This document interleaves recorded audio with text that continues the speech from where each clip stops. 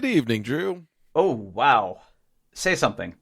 Hello? Oh, okay. That was really Okay. weird. I just had like this, it sounded Okay. very weird there for a Mm. minute. Was Skype being Skype? I hope so. All right. All How, right. how are you doing, Drew? Go ahead. Go ahead and ask. How's your hey? How's your computer? It's not great, Paul. Not great. Not It's great. not great. What? Tell me what's wrong, Drew. I want to hear all about it. Well, everything was fine. Everything was fine. But I am the kind of person that lets perfect get in the way of good, Okay. or be the enemy of good, or whatever that is. So Drew's computer corner. Woo, okay, here we go. Here's what happened. I last episode I extolled some of the virtues of gigabyte motherboards, and I like them. Okay. So whenever I put in my Ryzen 5000 processor, I put in a new CPU cooler and hooked everything back up. The problem is the thing that controls the fans in the case. The default kind of fan curves for this computer are really not great. And by fan curves, what I mean is that whenever you plug fans into the different fan headers on your motherboard, because air has to circulate and pumps need to run, and that's what helps keeps your system cool and stable. The the current cooler is set up way different than most of the other CPU coolers I've ever done. So the pump doesn't connect to the CPU header. The fans for the cooler connect to the CPU fan header, and then the pump connects to any other header on the motherboard. And the idea is that the way it's supposed to work is that as the temperature of the CPU goes up, the fans are supposed to kick on and push more air over components and cool it off. Okay. Now, real quick, this is the way it has been since pretty much time immemorial from building computers. Typically, the CPU temperature sensors directly control the fans that are responsible for cooling your CPU. It's just kind of been that way forever. If you have a traditional air cooler in your computer, or you've ever installed a fan in your computer before, you know that you sort of attach it to your CPU and then you plug that into the fan header and you're good to go. Well, the motherboard has built-in hardware that is designed to not run these fans at 100% all the time, because that would be really loud. And the idea is with modern fans, through pulse width modulation or PWM control on your fans, the motherboard can reduce the voltage to the fan, which makes it spin slower and quieter whenever the temperature is cool or the CPU is not under load.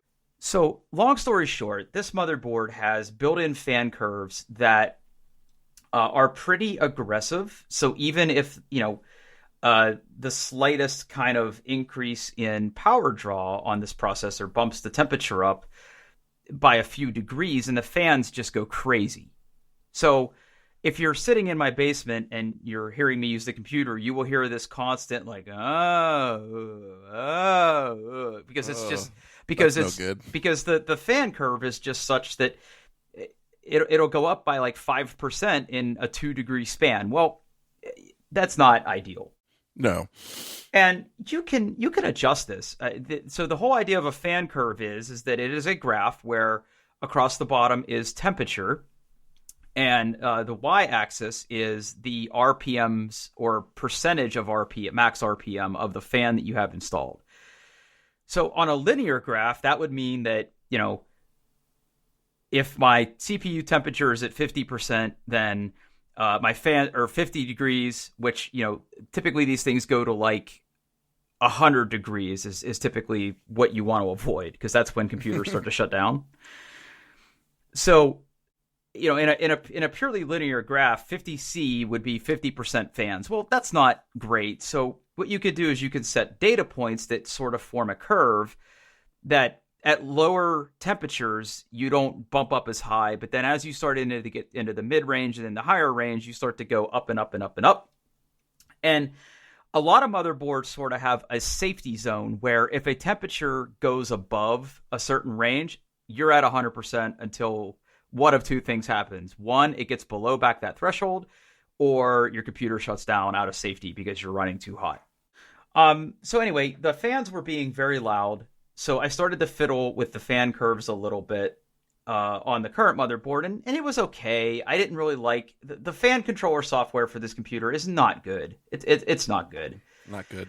And you're limited in what sensors you can use to control the fan. Like the CPU control, which is the controlling the fans that are generating the most noise in my computer, those are locked to the CPU sensor. So I can't override that behavior unless I plug them into a different fan header, and I could do that. Yeah, right? Yeah. There's some workarounds that I could do there. Now the other fan headers in my case, I can plug into different things, like the AIO pump, the thing that actually circulates the water in my closed loop cooler. Like typically, my best practice has always been I always run those things at close to 100%. They're designed to. They're not really designed to go up and down in RPMs internally. You almost want to keep that thing running as fast as it can to keep water circulating. So running that at a lower RPM doesn't make sense. So in the fan header that I have that plugged into, that's running at 100%. That makes no noise at all, right? It's just super quiet. So I was playing with the fan curves and I wasn't really happy. So hold that thought for a moment, okay? Holding. Hold that thought for a minute. Okay.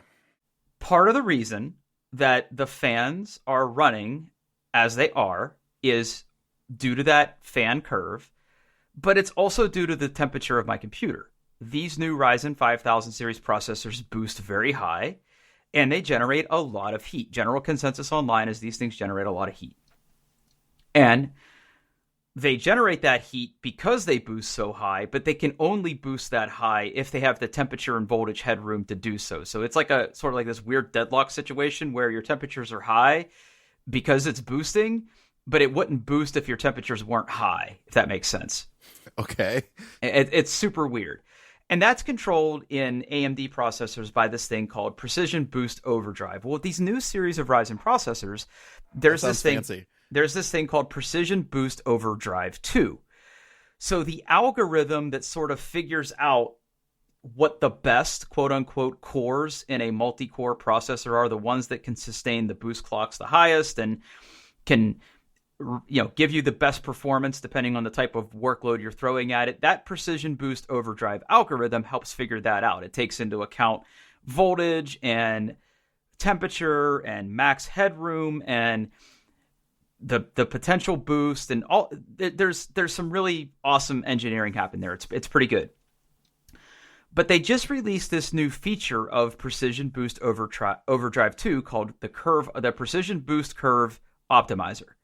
Now, this is gonna get like super deep, so feel free to go to the next chapter if you're sick of Drew's Computer Corner. But one of the ways, okay, so if you think about it, the whole reason that Intel processors and AMD processors boost to higher frequencies is they're essentially self-overclocking. That's what they're doing. When you manually overclock, you are taking the base frequency and picking a desired setting. Well, with these boost algorithms that Intel and AMD have, it's sort of doing that for you. And it does that at the expense of extra voltage and extra temperature. So what overclockers strive to do, if you were going to do this manually, what you would be looking for is the maximum sustained clock rate you can get / at the lowest temperature you can do it / at the lowest voltage you can do it at. Because temperature and voltage are pretty well correlated in whatever these equations are. So when we talk about running these processors at a higher speed at lower voltage, that's called undervolting. So if you undervolt your processor, which is almost the opposite of overclocking, but you use it in overclocking, so it's weird to refer to it like that. Okay. You're essentially trying to get the most possible performance you can at the lowest voltage you can to keep your temperatures down to sustain your clocks. Okay? Okay. In AMD processors, it's really hard to do undervolting. The overclocking equations work differently than if you're used to overclocking Intel processors. And if you want to do undervolting for AMD processors, you almost have to turn off Precision Boost Overdrive, which eliminates your boosting, So you would really only ever do undervolting if you were going to manually set an overclock. So it doesn't make a lot of sense on AMD processors to do that. But with this curve optimizer technology, what it aims to do is to give you this adaptive voltage change with boost turned on. And it's what we use the word curve optimizer here because that's exactly what it does, is you give it a positive or negative offset value that represents millivolts. And what that will do is that will attempt to keep the same clock rates while dialing back the voltage sort of dynamically based on the whole numbers you give it. And it's interesting because what people are seeing is that when they're turning on this curve optimizer and giving it negative values, they're seeing less voltage and even higher clock rates because the temperatures are running lower. Huh. Okay. And again, general consensus online is absolutely no brainer. Turn this on, and that's where we pick up our story for tonight. Okay. Can I let go of the yes. what I'm holding on to now? Yes. Okay. So what I decided to do was experiment with this curve optimizer. The motherboard I was using, this feature is something that is part of the microcode for the processor, which is usually bundled with the BIOS updates that companies release. The motherboard I have, that feature has not been patched into the BIOS yet. Okay. Now, just so happens, turns out, I have an old Asus motherboard in my streaming computer. Okay. That has that feature in its BIOS.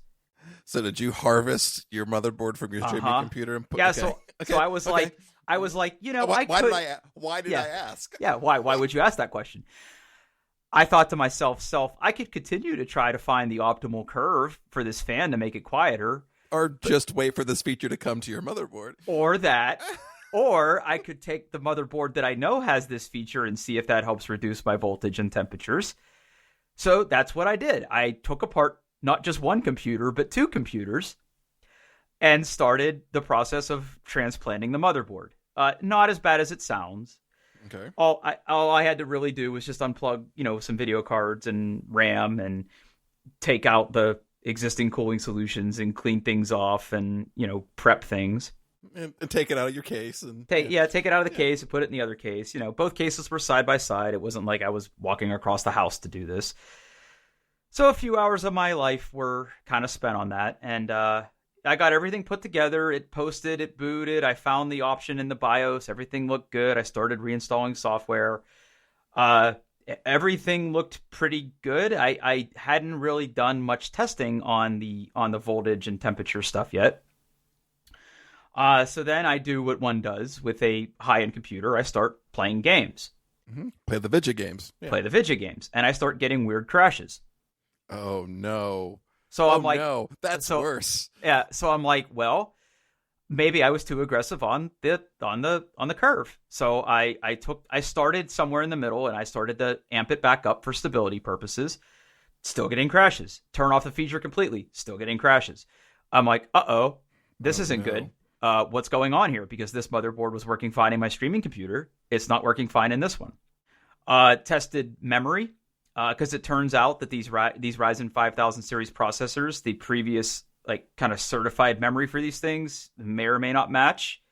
There was a question around if my memory was compatible, so I took the memory out of the other computer and tried that. Still getting crashes.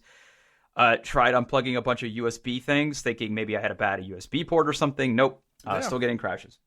So long story short, I left my existing motherboard in the streaming computer that was in my previous computer. I went to Micro Center, bought another of the same model motherboard. As one does. As one does, because that's what I do now. I work hard so my computer can have a better life. Mm-hmm. Do you carry a lighter in your pocket all the time now just so you can set that money on fire? Yeah. Okay. So now I have 2 gigabyte Aros motherboards because I could certainly put the other Asus motherboard back in that other computer, but I know it's faulty. I can't sleep at night like that, even if that computer's stable. I can't afford not to, really, if you think about it. So I put the gigabyte motherboard back in this thing, put it all back together. Everything's fine. Everything's perfectly fine. Okay. So apparently somehow I ruined that motherboard. I was using that motherboard for water cooling at one point. I probably have like orange Kool-Aid flavored water somewhere in it that it shouldn't be. Who knows, right? I don't know. But that was a really expensive motherboard. That was one of the most expensive Asus motherboards you could get for X570 chipset. And at this point, it's ruined. Like, it obviously doesn't work. So I just want you to have nice things, Drew. I want you to be happy. I do too, Paul. I do too. And with that, we are not going to talk about Drew's Computer Corner for at least 20 New Year's resolution, 2021 New Year's resolution. No more Drew's Computer Corner at least till October. I just okay. it's boring. It makes me sound. It's not boring. It's my favorite part of the podcast. I don't know about that. And we do this for me, so yeah. Oh. All right. Well, that's my update. Now, Okay. Interestingly enough, it seems like Gigabyte is going to release the BIOS update for this particular motherboard that will turn that feature on. And I am going to experiment with that when that feature becomes available. So the moral of the story is, just like most stories I tell on this podcast, is, Drew, just learn to be patient. That's the answer. All right. Now, you, on the other hand, have some links in here. Now, there's one link in particular I really wanted to click, but I'm not going to do it. Okay. I'm not going to do it until we do it live. But okay. You take over now. Go. Okay. So, ever since Apple put the Qi wireless charging stuff in their phones, I've pretty much adapted a wireless charging lifestyle. I bought a whole bunch of Qi chargers. I put them everywhere I need them. I never plug a cable into my phone unless like I'm plugging it into like my car for CarPlay, because I still have to do wired CarPlay like an animal. So I've been pretty hard into the whole wireless charging thing. With the latest set of phones, the iPhone 12, the iPhone 12 Pro, the 12 Mini, and the 12 Pro Max, all those wonderful phones, Apple added a kind of an additional feature around the Qi charging thing. And they brought back the whole MagSafe moniker, which basically means magnets.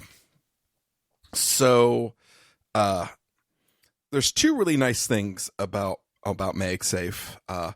One of them is you don't have to worry about alignment, right? You just kind of get the phone close enough to the magnet and everything kind of just snaps into place. And I guess because they can get like a perfect alignment every time, it charges a little bit faster, so they can put more watts through it and charge the battery faster. So I've been all in on this. Now, Drew, outside of your case, have you purchased any MagSafe accessories? No, I haven't. The only wireless charger I use is the one in my car, which I have. Okay. I go ahead and finish your stuff here, because I have opinions. Okay.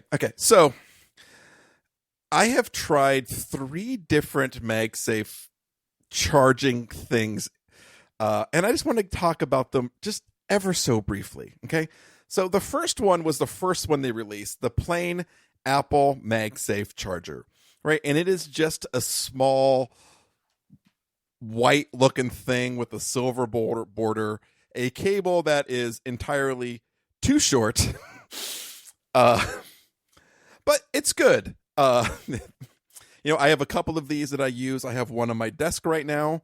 I have one kind of sitting upstairs where I play my video games, to kind of, if I need to top things off. And one last thing just about MagSafe chargers in general. They're also just Qi chargers. So any device that charges with a Qi charger can work with a MagSafe charger. You just don't get the fancy magnet snap. You don't get the faster charging, right? So it's really it's the Qi standard plus, right? It's what Apple does. So the second accessory that I got is the Apple MagSafe Duo charger. Now, have you seen this thing, Drew? I have. Okay.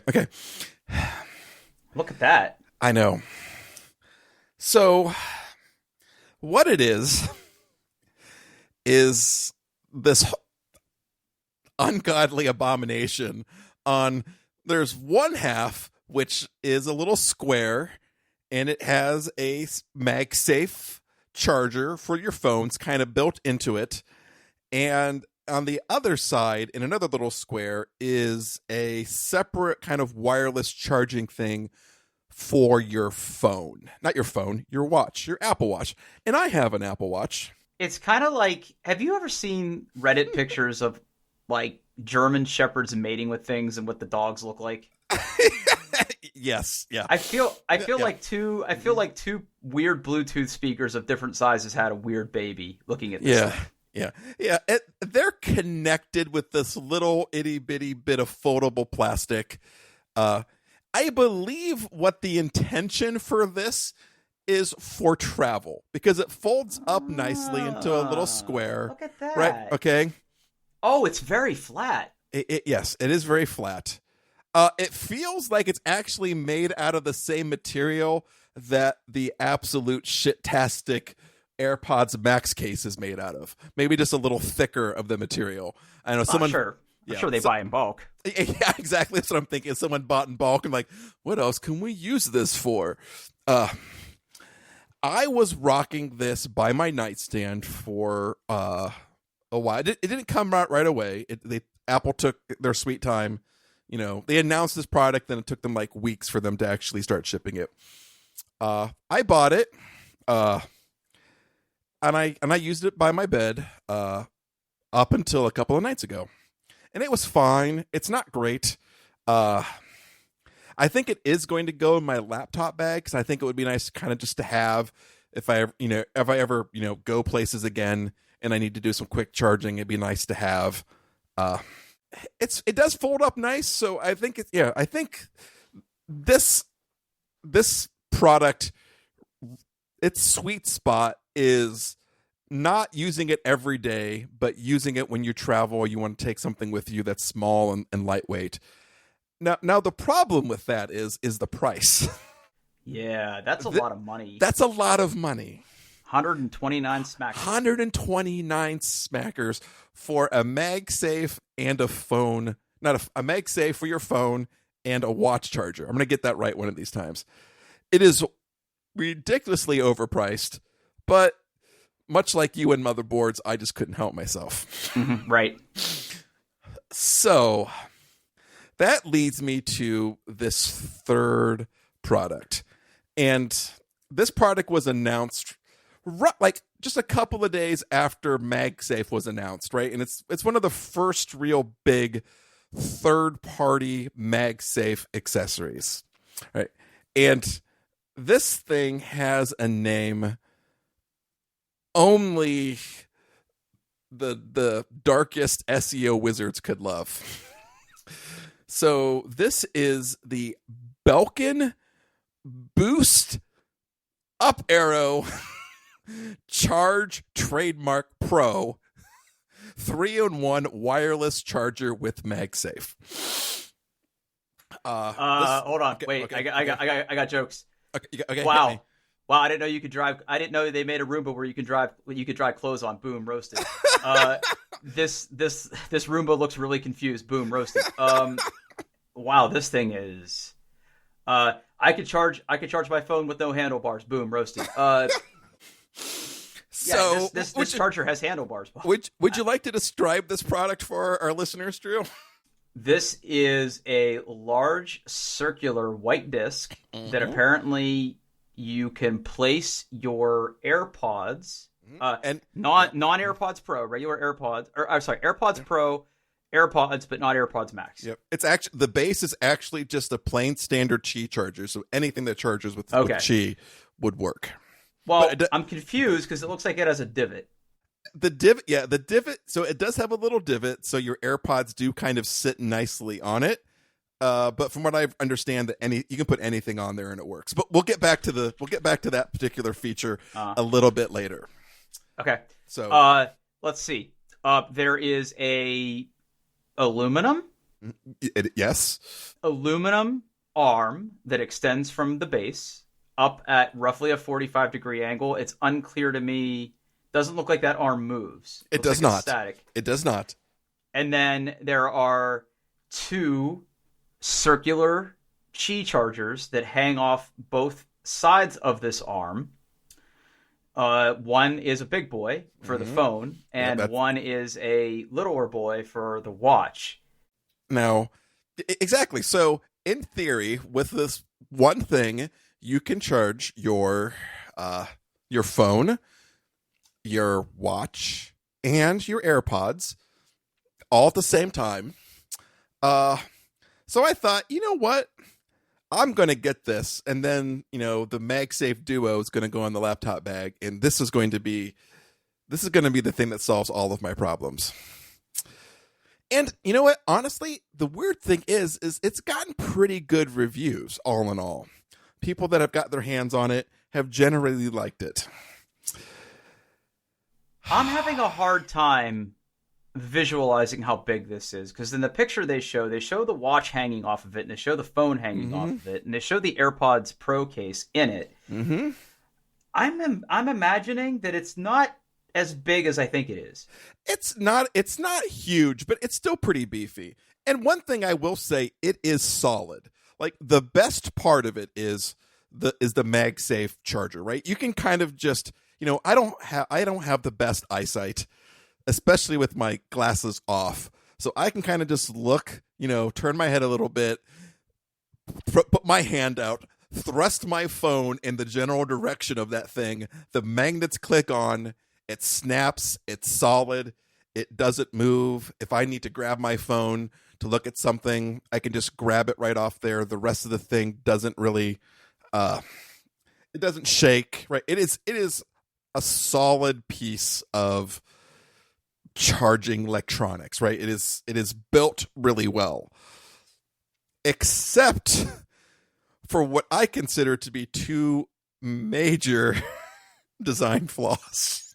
Okay. So the first one is the watch charger. Now, in the picture that they show, do you notice anything about the watch band, Drew? Well, before you go there, one question I have for you is these little MagSafe discs that hang off of this thing, do they rotate? No. Oh. No. Okay. They are at the angle they are at. And so the watch yes. band, Mm-hmm. the watch band in this picture is clasped. Yes. Okay. Now, I don't know what kind of animal clasps their watch band when they take it off their wrists and put it on the stand, but that's not me. I do not do that. So when I put it on there, my watch bands are kind of just flopping about, which makes it a huge target for bumping, being bumped, being brushed when I reach out to get my phone, and I can't tell you knocking it off. I have only used this thing 3 nights, and I've lost count of how many times I've knocked my watch off of the charger. Now, I think I may have to start actually trying to close the band to see whether I can make it like a smaller target, and if that helps. But so far, phone charger, great. Watch charger, eh. Okay. Now you're keeping this thing on the nightstand next to the bed then? That is correct. Okay. Now, the third piece, the base is a Qi charger, and it's kind of designed, optimized with AirPods in mind. You can put AirPods Pro, as long as they have the wireless charging case on there.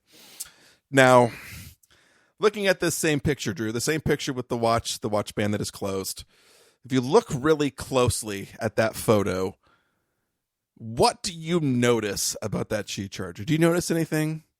Well, it's got the divot. It's got a divot. And what's in front of the divot? There's a little white light. There's a little white light. It is a little white LED, which I believe has the brightness of the freaking sun. Oh, so you can see it on your ceiling probably. Oh, it illuminates the bedroom.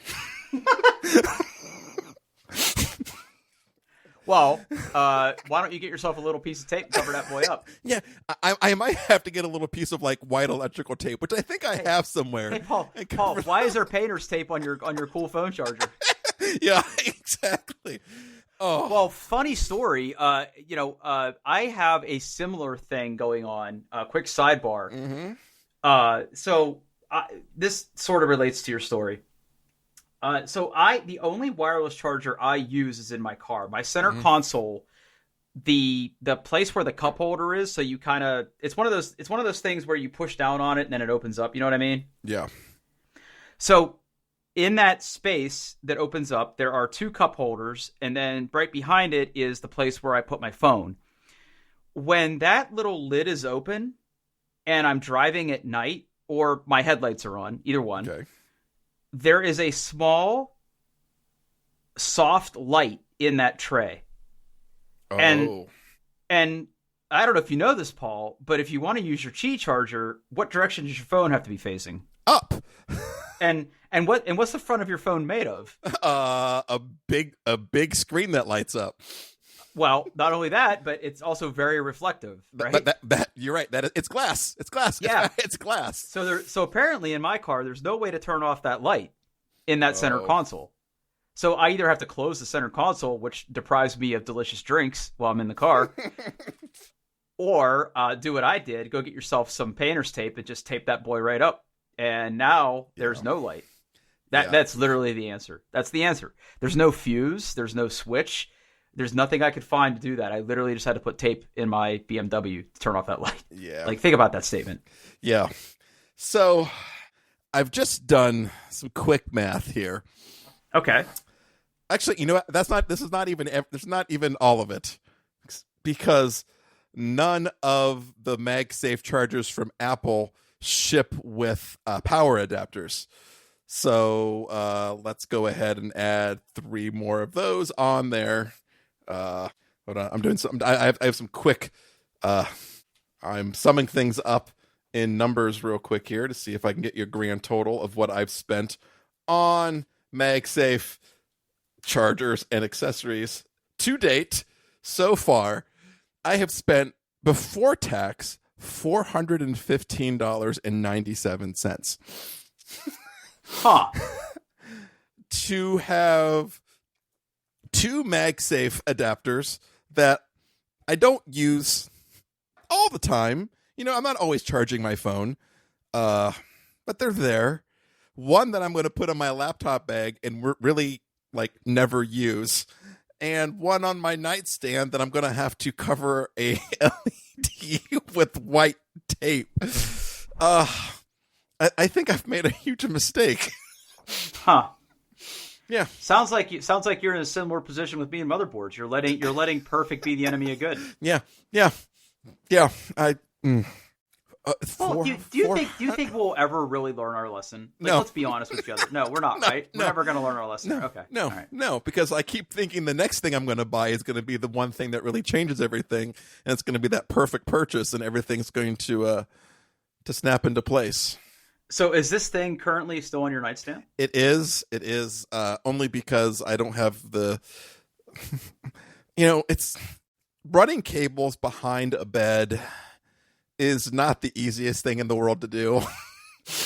Right? It's a giant pain in the butt. You're reaching your hand down in there. You're shining a flashlight to find the outlet and all that wonderful hoo-ha. And you know what? There's one more thing that I dislike about the Belkin Boost Charge Pro 3-in-1 wireless charger with MagSafe. The power cord, it's not USB-C or USB. It's one of those old school, old fashioned barrel connections where it's got a tube and you plug it in. So if it ever fails, then I'm going to have to find the right thing, probably buy it from Belkin to be safe. The other thing here too, and this isn't isolated to the Belkin charger you're showing me, but it's all this stuff's white. They do sell a black one for the Belkin charger. Yeah, they do. I see it. But still, I feel like this stuff would just accumulate filth. But I bet you the black shows fingerprints. Yeah, honestly, the material that the white's made out of, it's glossier than it looks, and it's probably collecting fingerprints quite as collecting fingerprints as well. I'm just not looking at it because I mean it's fine. It's fine.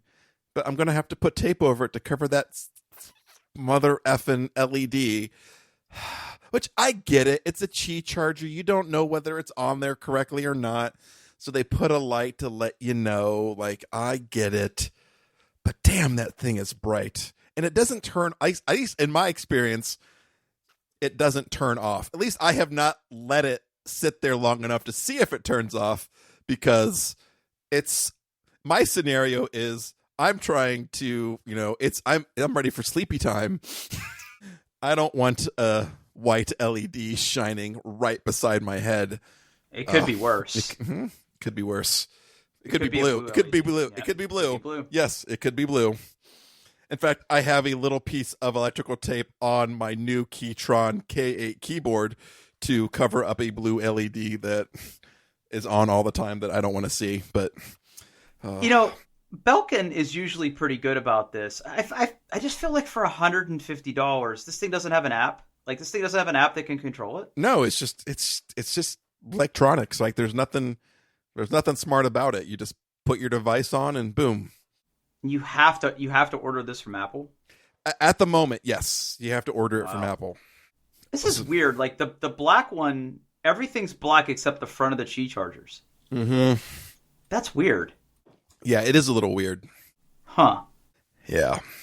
Little strange. It's a little strange. I mean, I thought it was going to be so perfect. Like, this is exactly what I need. I have those 3 devices. I have a phone. I have a watch. I have AirPods. But I have... product defines me as a person. Yes, exactly.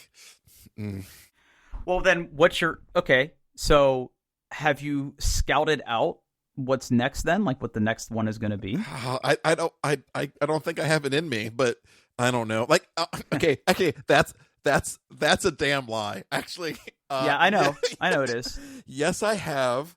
I haven't found any that I think might be the next thing, but like CES is kind of happening kind of virtually right now with a bunch of like announcements that people are doing things, and there is a lot of MagSafe products coming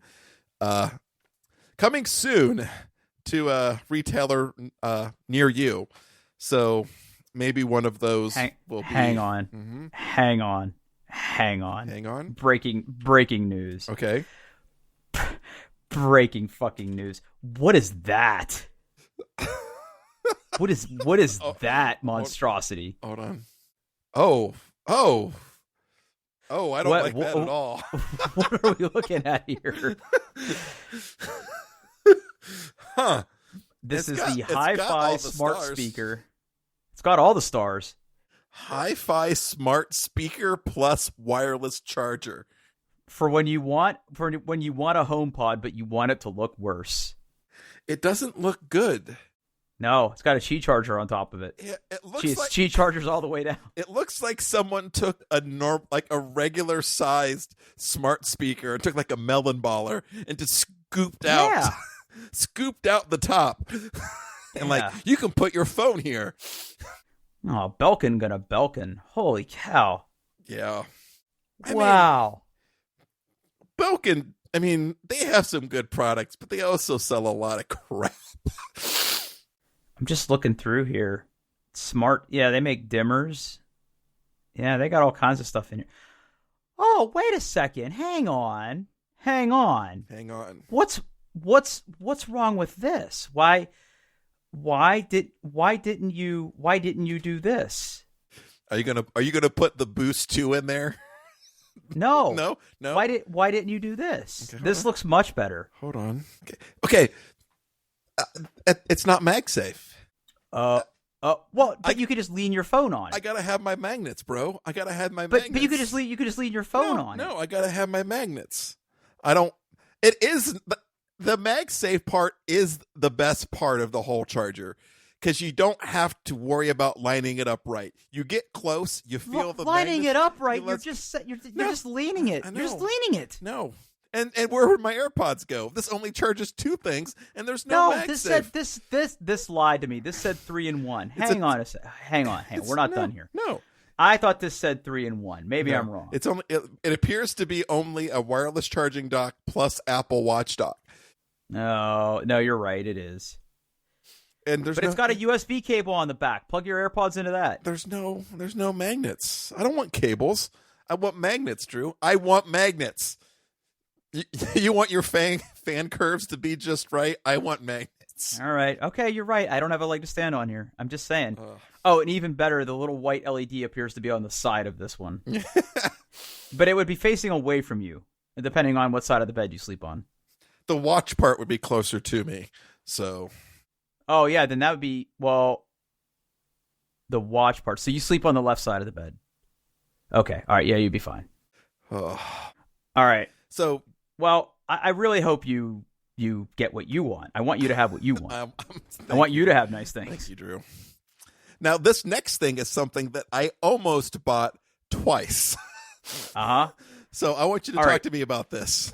Yeah, so in one of my many trips to Micro Center that get made over the course of a month, this particular product is the Raspberry Pi 400 keyboard. Mm-hmm. And it is a case that is a keyboard that you put your Raspberry Pi in, and you got yourself a whole functioning computer. It's really good. The only one I was able to get was the whole kit, so it was $100 as opposed to, I think, like $75 or something, because the model I got came with a keyboard, a Raspberry Pi 4 gig memory edition. It came with a power adapter, a MMC card, micro SD card, and it came with an official Raspberry Pi mouse and micro HDMI cable. So for $100, I have a fully functional computer. And I'll be honest with you, it's pretty good. It's pretty good. Now, I'm not going to, light the world on fire with this thing. No. But I have we donated my old Mac to a family in need. So I am sans a desktop computer in the spare bedroom, which is where, when my lady friend is working from home, that's where she works. She also does a lot of printing and emailing parents and things from that computer, I think. There's work that happens in there.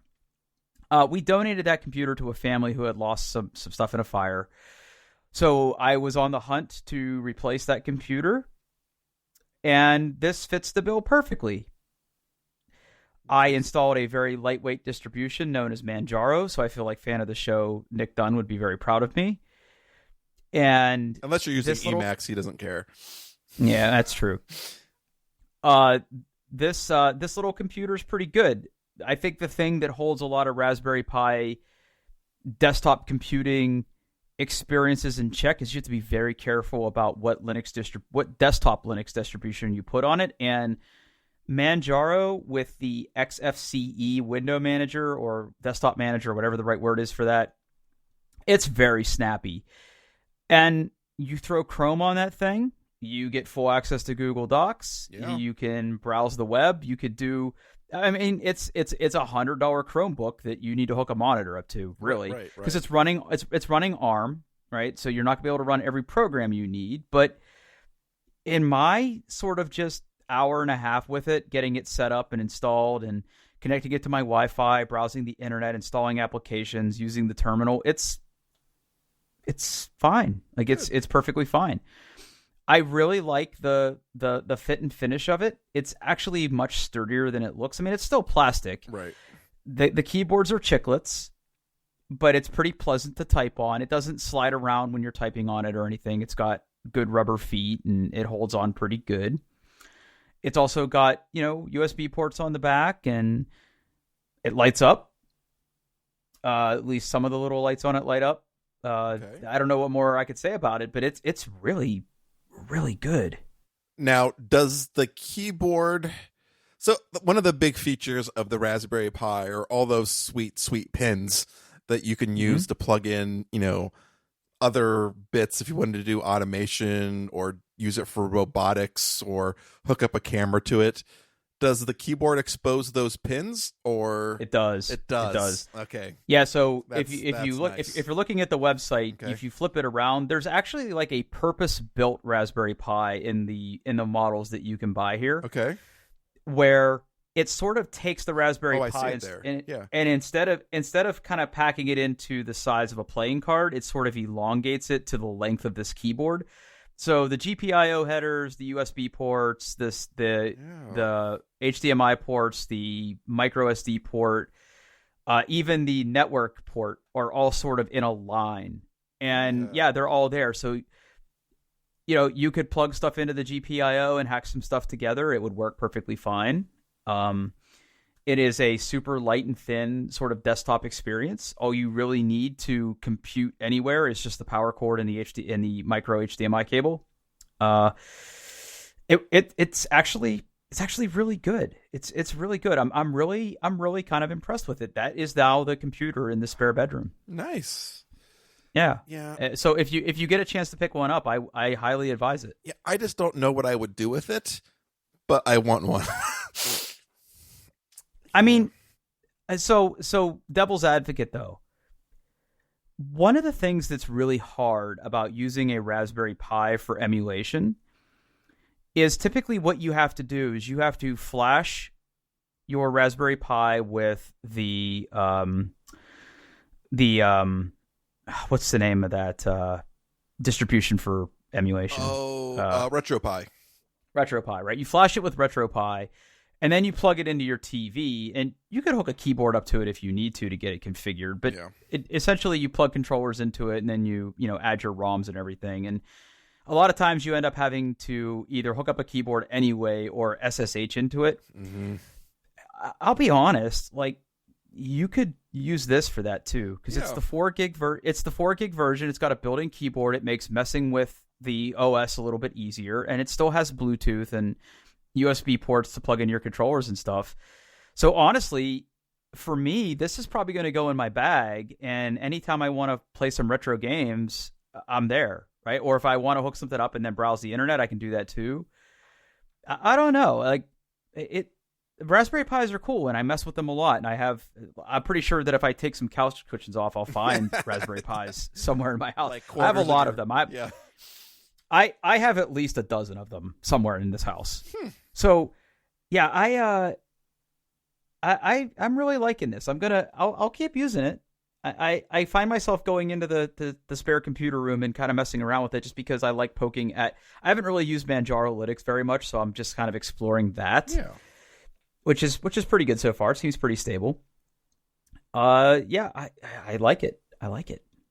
What I also might do is get a small little monitor and put that next to it and sort of use that as a sidecar computer when I'm streaming or something, because that would probably work out pretty well too, just for having the web browser up. Yeah.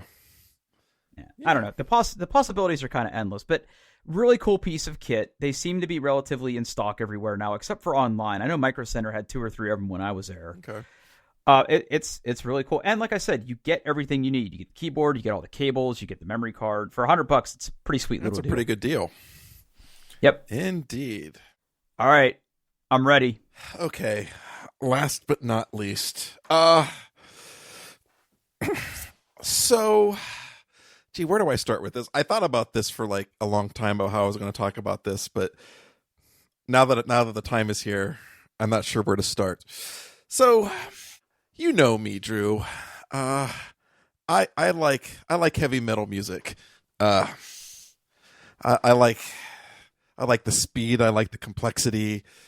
I like just everything about it. Just the look, the vibe, the live experiences, all of it. And also, recently in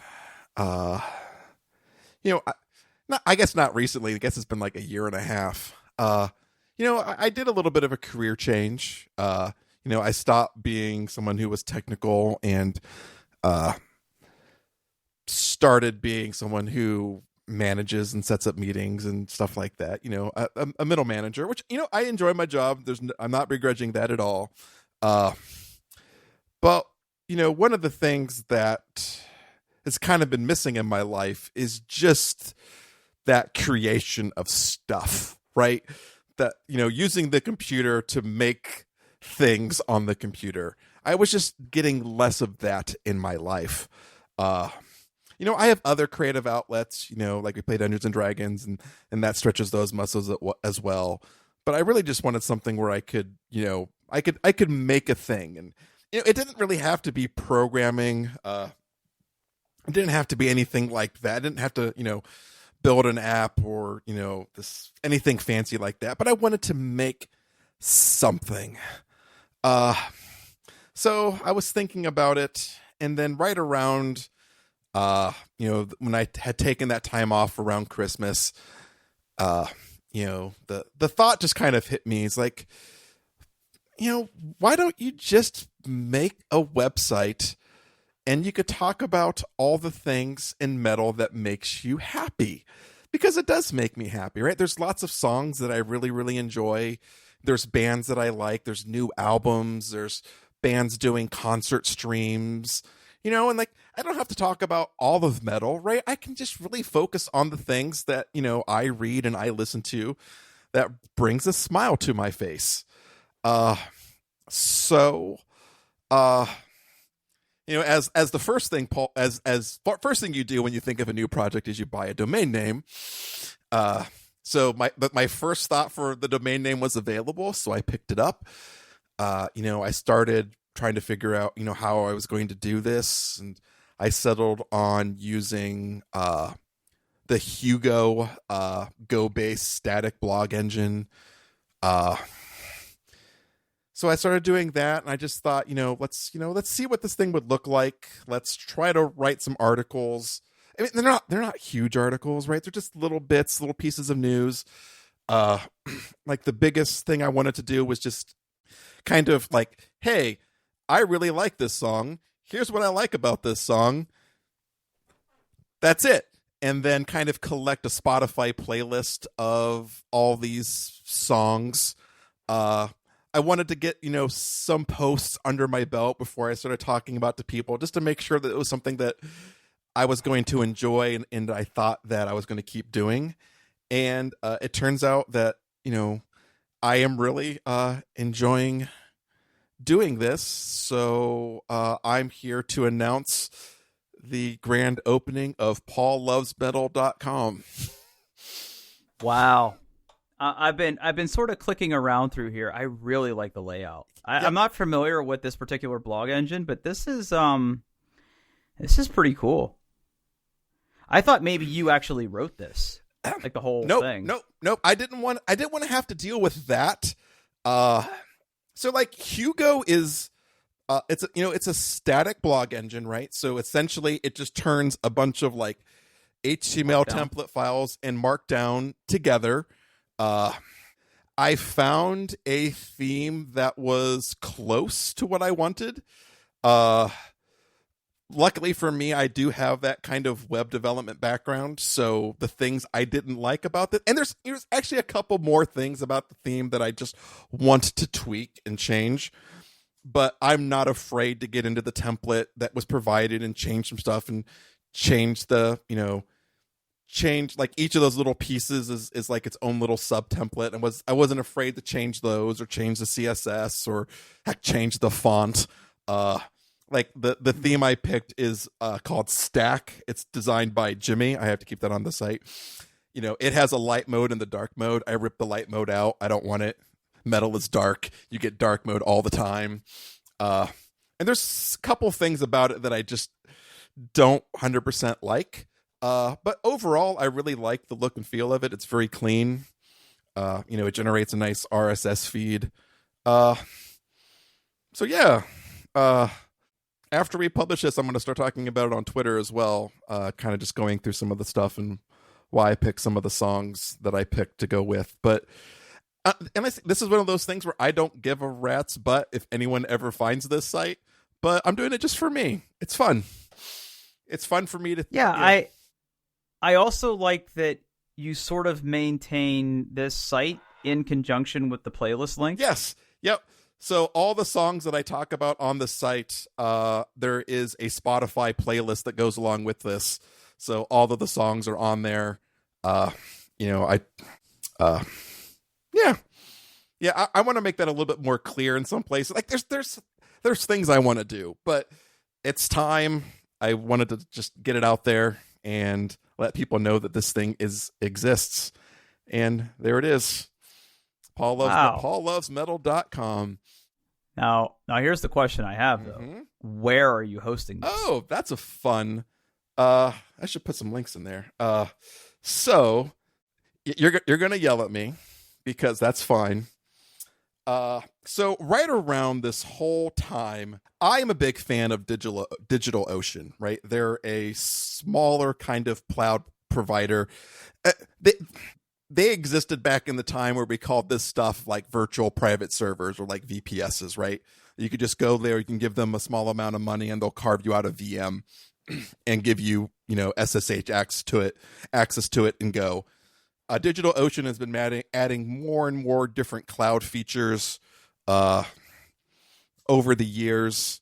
And they just kind of released their app platform, which is their kind of version of serverless. So that is where I am hosting it. It was actually really easy. They support like Hugo blogs out of the box. So it was literally just a manner of logging into the DigitalOcean, connecting my GitHub repo, because obviously I manage all of this in GitHub because, I'm a nerd, hooking it up to GitHub and saying, hey, anytime I do a push to the main branch, just do a build, grab the content, and go. It does a lot of stuff for me out of the box I don't have to worry about. It manages the proxies and it manages the SSL certs, and it hooks it up to Cloudflare, so it uses that for a CDN for some of the content. You get, DDoS mitigation for free. And it's just really easy. I just, in my text editor, I make sure everything looks good. I do a get push, and then within seconds, it's live. So, wow. Yeah. It fits that developer workflow that I already have. And it works for content too. And you, all the little icons in here appear to be emoji. They are, yeah. I figured I might as well lean into that and just start using some emoji for things to differentiate different categories I have, which is right now just news and songs I love. But yeah. Wow. Mm-hmm. Yeah, like I'm impressed. I don't write a lot about each song. I just collect some basic information and I talk. It's literally just my love letter to metal, right? I don't go into a lot of detail, or it's not meant to be a comprehensive news site. It's like, this song makes me happy. Here's what I like about the song. Done. And the whole thing just brings me joy. It makes me happy to write these things up and kind of, I have a list of songs that I want to get through, as I'm listening to stuff during the Spotify, when I'm listening to my Spotify, during work, I like, I should write about this song. And then I make a little note, that I want to do this song as well. And, it's been fun. It makes me happy, Drew. It makes me happy. Yeah. It's not the best site in the world, but it's mine. And I love it. Well, I mean, that's how I used to feel about my blog until I got so busy that I couldn't blog anymore. Yep. And you know what? I may do this for a year and lose interest, and then it's fine. I can just tear it all down, and nothing was, it's not going to leave a big hole in the internet. But so far, so good. I'm going to keep doing this until I stop. It stops bringing me joy, I guess, and then it'll just go in the bin. Wow. Well, it looks really good, Paul. I have added it to my sort of reading list here. I'll be honest. I mean, I think you know that I'm not the biggest metal fan in the world, but maybe this is the website that finally pushes me there. Maybe. Yeah. I mean, and I'm not worried about approachable music. Like, I mean, let's be honest. Like, the last song I talked about was "Falsified and Hated" from Mayhem, and that may be one of the least approachable songs in the world. It's from the beginning. It's just, blah. But, all right. Well, all right, microblogger. Why don't we wrap this up? Let's do this. As always, you can find us on the internet at doingtheirbest.com. You can find us on the Twitters at doingbestpod. I'm at Paul Baylor there. And where can we find you, Drew? Yeah, I'm on Twitter at Pittsburgh, Pittfurg. Awesome. Well, thanks everybody for listening, and we'll catch you next time. Bye-bye!